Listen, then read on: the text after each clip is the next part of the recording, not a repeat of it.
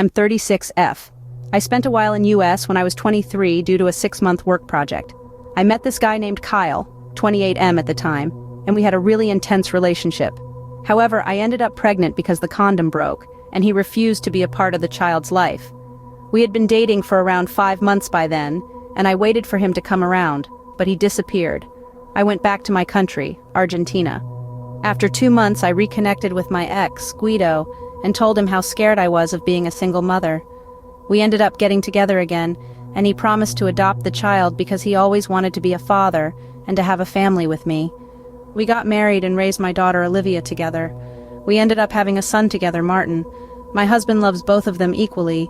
When Olivia was 12, we decided to be honest with her about how Guido actually adopted her. And even though she cried a little bit, but she ended up understanding that no matter what, Guido is her real father and she's okay with it now. We all live in a beautiful house. My husband and I have a healthy relationship and good-paying jobs despite the current situation of the country. I recently got an anonymous email in English, and when I opened it, I realized it was from Kyle. He apologized for disappearing, and he said he was scared of becoming a dad, that he's been looking for me and our child for the past years. He left his number, and, after thinking for a while, I chose to call him. He was shocked to hear me, but I just clarified that he should stop looking because I wouldn't allow someone like him into my kid's life. I clarified she's not our kid, since my husband and I were the ones who raised her, loved her, and provided for her, not him. He disappeared as soon as he found out that I was pregnant. He asked questions about her, but I refused to answer. He demanded to see his child, but again, I told him that he does not have parental rights since he disappeared as soon as I told him I was pregnant. And if his conscience is making him have a hard time, it's not my problem. He made his choice, and now is the time to live with it. I ended the call right after that. Honestly, I have other motives that I didn't bother to explain to him, but basically I don't trust him. We're talking about a man who didn't bother to search for his daughter for years and abandoned her before she was even born, and he'll most likely do it again. And I'm worried about how it will affect her. Also, after we told her about her biological father abandoning her, she was kind of furious and just made clear that someone who abandoned her will never be her father. Olivia has a father that loves her and took care of her as soon as she was born, and that's Guido. Plus, she doesn't speak English. How is she going to communicate with Kyle? I don't know. My mind is a mess right now, and I simply don't know if I'm making the right call or not. AITA, please like and subscribe for more. I'm a 27-year-old female, and my boyfriend is 32 male. I'm stuck in a messed up situation, not sure what's worse. My best friend trying to entrap my boyfriend, or my boyfriend actually taking the bait. My best friend of 15 years told me she didn't trust my boyfriend. We've been together for 3 months now, and things have been going pretty good. I told her there's no need to do some crazy loyalty test, but she was stubborn and hit him up anyway. She showed me the texts between them. Turns out she was right.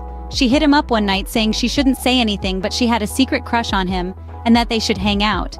He replied asking if she was up for just hanging out or if she wanted some action. Her reply was both. To top it off, he asked her for a pic of her down there, and no, she didn't send it. How could he do this to me? He knows she's basically my sister. Actually, some people actually think we are sisters. When I saw this, I almost vomited. I don't know if I should bring this up with him, just break it off, or say forget it and move on. I mean, why the hell would he be making future plans with me, introducing me to his family if he's willing to do crap like this? How many other girls has he seen behind my back, or will see behind my back? Or was this just entrapment by my BFF? To make things worse, he said he wanted to meet up with her the following night, when he and I already had plans to hang out. I texted him, asking him what he wanted for dinner and snacks that night, as we were supposed to watch our favorite show together at my place. He replied saying he wanted chicken Alfredo with mushrooms, which is his favorite meal, and that I'll be the snack. What kind of games is he playing? Well, the next day, just after lunch, he texted me saying he had food poisoning and wouldn't be able to hang out. I showed my BFF, who works with me, and he also texted her saying he couldn't wait to see her tonight and asked what kind of wine she liked. My BF told him she felt bad and couldn't go through with it, that we're like sisters and it would break my heart. That didn't stop him from backing down. He continued texted saying that I would never know, and that why should they deny themselves of their urges? What should I do? I'm completely devastated.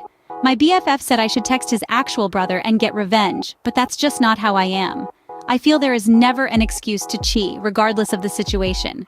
Any advice would be appreciated. Thank you. Please like and subscribe for more. I'm 23 female and yesterday was my birthday. Before my birthday, a few of my close friends said would like to get some food and drinks for my birthday. I agreed as it sounded fun and asked where would we should go. My closest friend Sarah said, anywhere you like. I suggested a nearby Japanese steakhouse that I have been to before, that I absolutely love. We all met each other there. Everyone was quick to order drinks appetizers. We ordered our mains and we all had ordered the steak and shrimp another round of drinks, at which point Sarah also ordered a bottle of champagne. I said, you guys don't need to get me champagne, it's only my birthday, nothing too special. When Sarah laughed and said, lighten up, birthday girl, have some fun. I did think maybe I was being too uptight, and since I was being treated, it's not too big of a problem, I may as well celebrate. One of our friends, Mercedes, started arguing with the table next to us because she said they threw a French fry at her. They tried to explain to her that they weren't even eating fries. Then she stood up and started loudly swearing at the table. There was a child at the table about 3 to 4 years old who looked terrified, and the rest of their family looked absolutely shocked. I told Mercedes to sit down and she started yelling at me saying, those crackers threw something at me. The waiter came over and said there had been multiple complaints against us. Sarah just silently supped her drink, and Mercedes started arguing with the waiter saying the other table started it. The waiter said we needed to pay up and leave in the next few minutes before they called the police. I said, thanks everyone, dinner was amazing, do you want me to help pitch in? At which point they all looked at me and Sarah said, you're the birthday girl, right? You work, you got money. I replied, I thought you were inviting me because it's my birthday as a present. Sarah chuckled a bit and said, weren't you the one that picked where we were going tonight? Mercedes got up to leave and said, let's go girls, she got this. I started to worry, I thought they were pranking me or something, and said, you can't really go. Then they started to walk away, so I grabbed Sarah's arm and she looked at my hand and said, get your hand off me. I just looked at her and said, why are you acting like this? They walked out and left me with the $725 bill. I tried to explain to the waiter about the situation. He said, someone's gotta pay and your table was causing a lot of trouble tonight. I tried to apologize, but he just looked at me like I was dirt. So I just paid it with the little money I have, not sure how I'm going to get through the rest of the week. Today I got a couple texts asking me if I am still crying or if I grew up yet. Was I wrong in assuming they would pay for my birthday dinner since they suggested it? AITA? I was sitting in my car trying to get home this morning. The streets in my neighborhood are all one way, but they go in opposite directions. So most people have to drive up one street in order to get to an address the next street over. I drove down the street next to mine like I normally do, so I can get home after dropping my dog off at daycare, but I saw the trash collectors still working. Since they appeared to still have at least half the street to get through, I started to back up with the plan to head down another street to get home.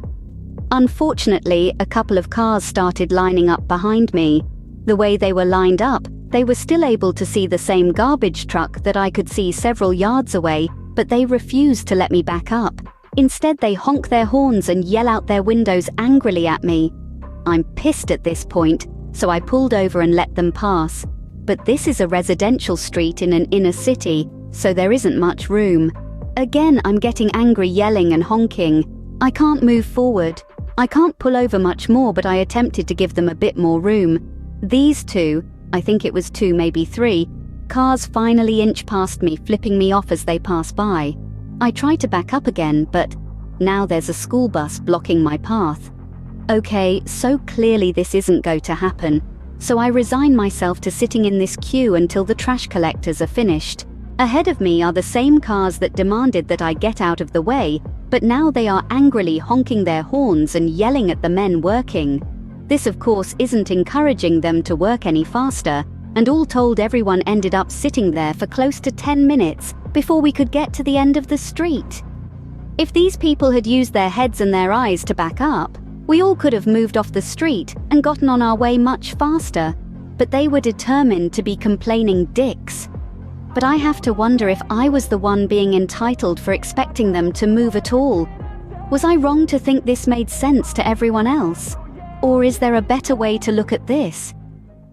I'm a 48-year-old male and lost my wife a few years ago to cancer. I'm doing my best to raise 2 kids, Luke, 14, and Laura, 16. Laura has recently caused problems within the family, complaining that it's not fair she has to do chores around the house like cooking and cleaning, but Luke doesn't. I've tried explaining that it's because I have to spend extra money on her monthly supplies as well as her hobbies, and this is just her way of paying me back. Also, I'm doing her a favor by preparing her for adulthood, that she'll be expected to do this when she's married anyway. She complains that I spend more on Luke's sports than on her and that he should have to do chores too. What she doesn't understand is that football and baseball could help Luke get into college and therefore is an acceptable expense. Also, Luke doesn't require extra monthly feminine products. Lara's hobbies are dance squad and photography club. While they may be fun, they're just that, for fun. I tried telling her to join a sport or something useful that might get her into college, and we can talk about reducing her chores. She recently started what she calls protesting unfair treatment by refusing to do some of her chores. I told her life isn't fair, to grow up and get used it, and I wouldn't pay for her hobby playtime or her monthly feminine products if this continues. She recently stirred up trouble calling her aunt to complain about her life, who called and proceeded to call me an abusive asshole. At first I was furious, but after talking with friends, realized this is just teenage girl drama and it will pass. Lara is being immature and wants to stay with her aunt for a while, but I'm not going to let her run away from her problems. Life doesn't work that way, and running away solves nothing. AITA,